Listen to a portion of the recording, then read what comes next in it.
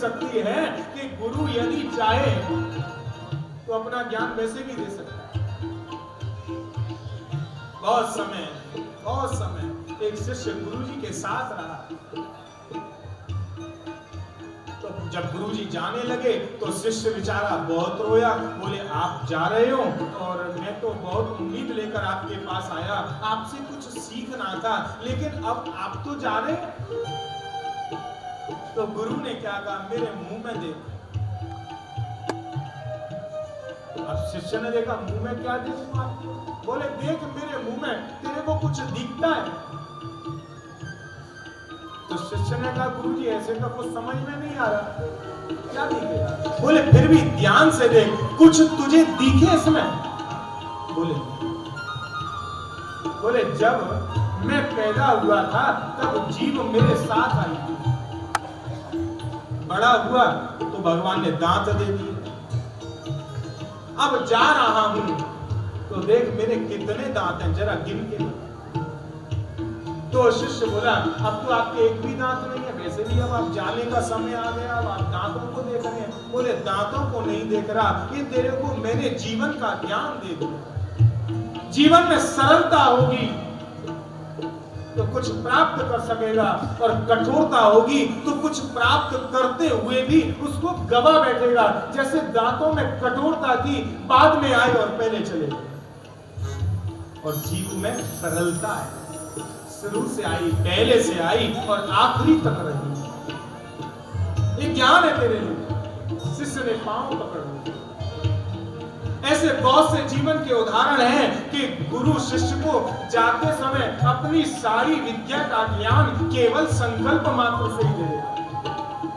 और ये कथा भी भागवत से है। भगवान ने संकल्प किया ब्रह्मा को श्रीमद् भागवत की कथा दी, केवल संकल्प मात्र से ब्रह्मा को भागवत का ज्ञान दे दिया।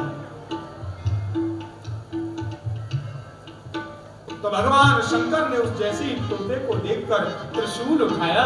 वो तोता बेचारा भागता हुआ चला बद्रिकाश्रम में। व्यास जी की पत्नी उस समय जवाई ले रही थी, उनका मुंह खुला और जैसे ही वो मुंह खुला, छोटा सा तोता था, बस मुंह में प्रवेश कर गया।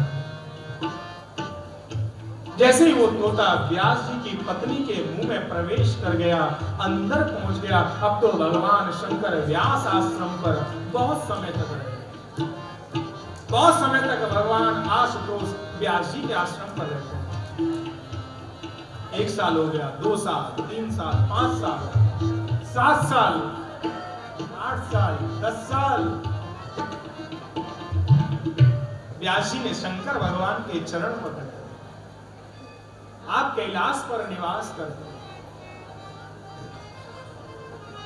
और आप यहाँ इतने समय से हैं, वैसे हमारा बड़ा सौभाग्य है, आप हमारे यहाँ निवास करते हैं।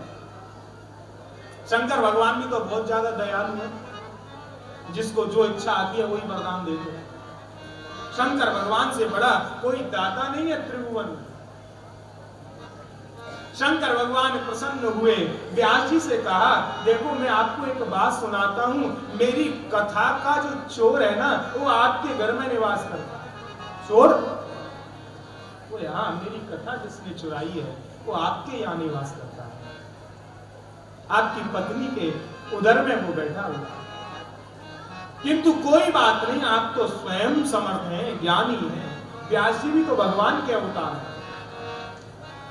जब वो मेरा चोर बाहर आए ना तो मुझे बता देना, मैं अपने आप हिसाब कर लूंगा। व्यास जी ने कहा महाराज जैसी आपकी इच्छा। शंकर भगवान कहते चले गए।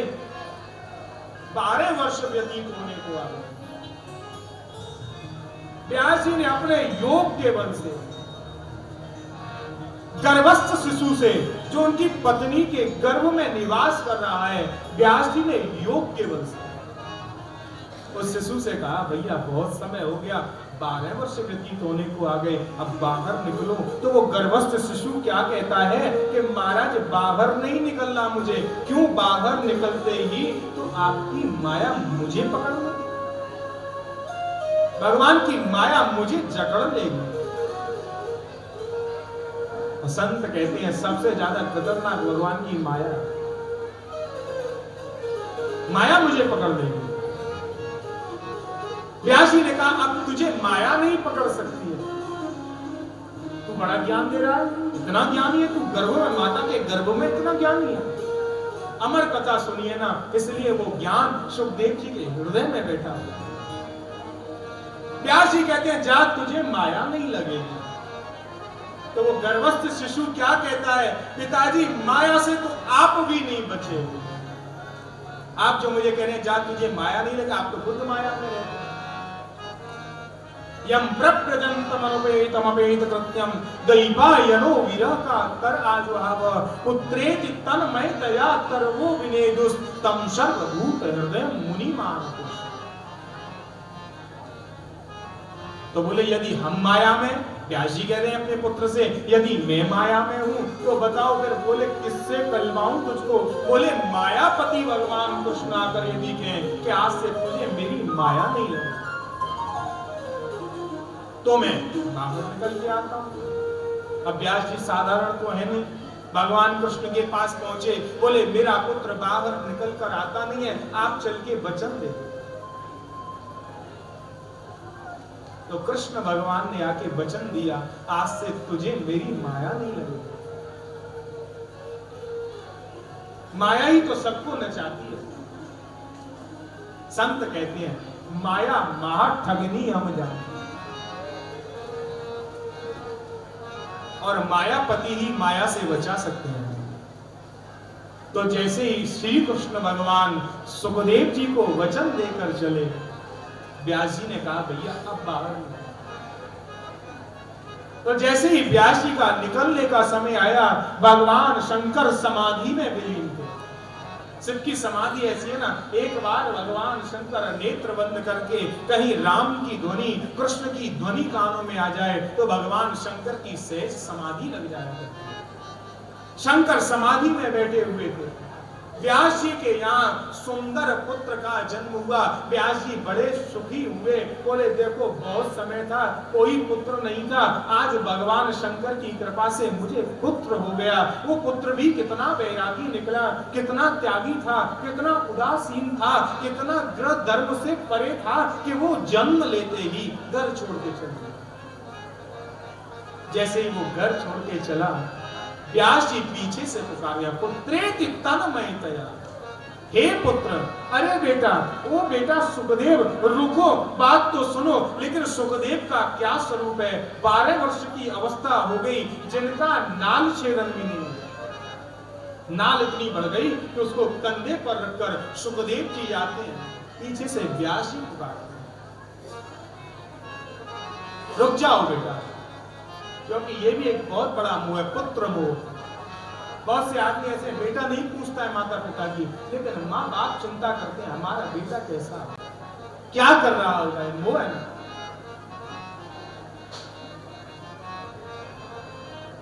सुखदेव जी महाराज जब निकल कर जा रहे हैं, व्यास जी उन्हें पुकारते हैं, लेकिन सुखदेव जी सर्वभूत हृदयों में, सबके हृदयों में कृष्ण कृपा से निवास करते हैं। इसलिए वहां के वन क्या कहते हैं, सुखोहम सुखोहम, हम ही सुख हैं।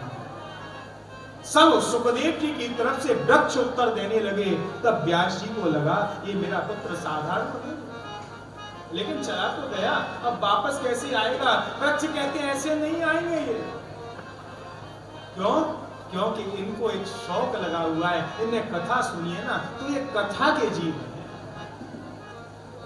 भगवत जीव है, संसारी जीव नहीं है, दिखाने वाले जीव नहीं है, मोही जीव नहीं है। ये कौन से जीव हैं? ये कृष्ण कृपा प्राप्त करने वाले जीव। व्यास जी ने कहा चलो कोई बात नहीं, पुत्र को तो लाना ही है, लेकिन अब वो कैसे आएगा ये विधि बाद में अपनाऊंगा। व्यास जी अपने पुत्र की चिंता में विरह कातुर होकर पुत्रेति तन्मयतया तरवो विनेदुस तम सर्वभूत हृदयं मुनि मानतोस्मि।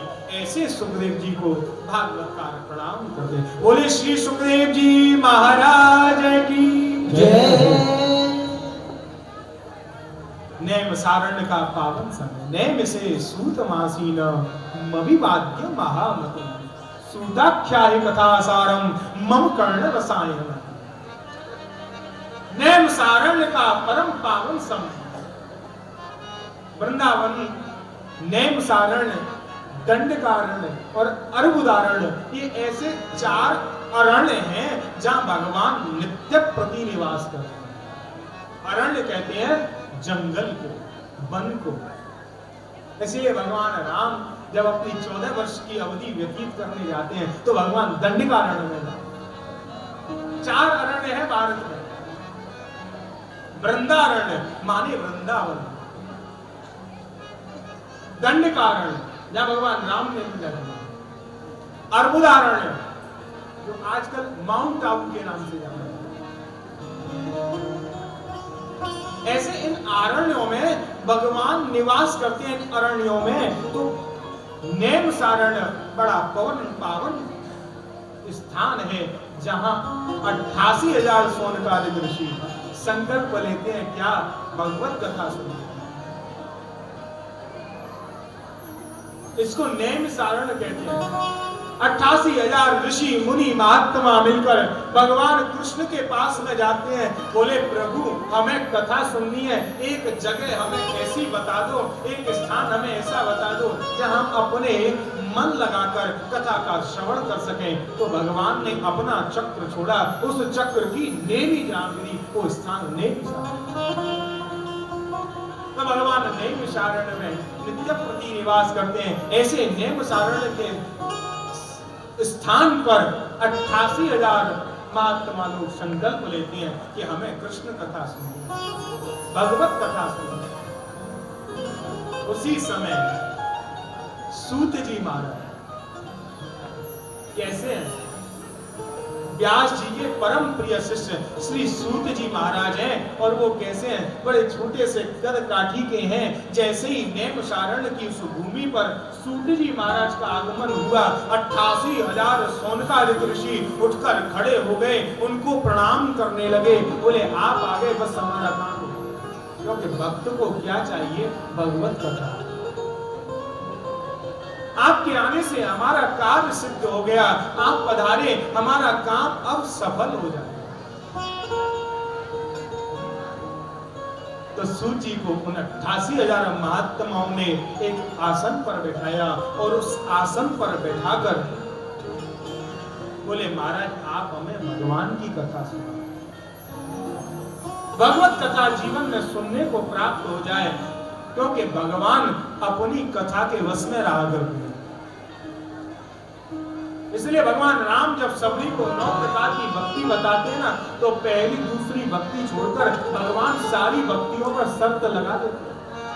लेकिन पहली भक्ति क्या है और वो क्यों भगवान शर्त से रहित करते हैं? प्रथम भगति संतन कर संग, केवल संतों का संग कर। क्यों? संतों के संग से क्या होगा? मेरी कथा सुनने को मिलेगी। प्रथम भगति संतन कर संगा, दूसर रति मम कथा प्रसंगा। बस दूसरी भक्ति मेरी कथा में रखती है। और तीसरी भक्ति प्रारंभ होते ही भगवान सब में शर्त लगाते हैं, गुरु पद पंकज सेवा तीसर भक्ति अमान। गुरु के चरण कमलों की सेवा करना है तो अमान ही होगा, मान नहीं। गुरु जी का भी सम्मान तो देते नहीं है। 4 शिष्य आगे जब बैठते हैं तब गुरु समय मेरा नाम तो लेते नहीं, अमान ही होना चाहिए। गुरु पद पंकज सेवा तीसर भक्ति अमान, चौथी भगति मम गुण गण करें कपट तजगान। शर्त लगा दी, कपट तज के मेरी चौथी भक्ति मेरा गुणगान। पांचवी भक्ति मंत्र जाप मम दृढ़ विश्वासा। पांचवी भक्ति मेरा मंत्र जाप करे दृढ़ विश्वास के साथ। तो मेरा कहने का अभिप्राय, भगवान पहली और दूसरी भक्ति जिसमें दूसर रति मम कथा प्रसंगा, भगवान कथा सुनने में कोई शर्त नहीं, बाकी सारी भक्तियों में भगवान शर्त लगा।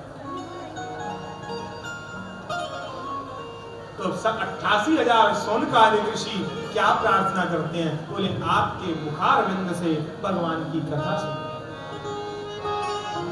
और ये कथा नैम सारण्य में जब सूत जी बैठे, बोले आप इस कथा को सुनना चाहते हैं? तो उन्होंने प्रश्न क्या किया, महाराज कलिकाल में मनुष्य अपनी आदि व्याधियों से स्वयं परेशान है, लेकिन एक ऐसी कथा सुनाओ जिससे थोड़े ही समय में मनुष्य भवसागर से पार हो जाए।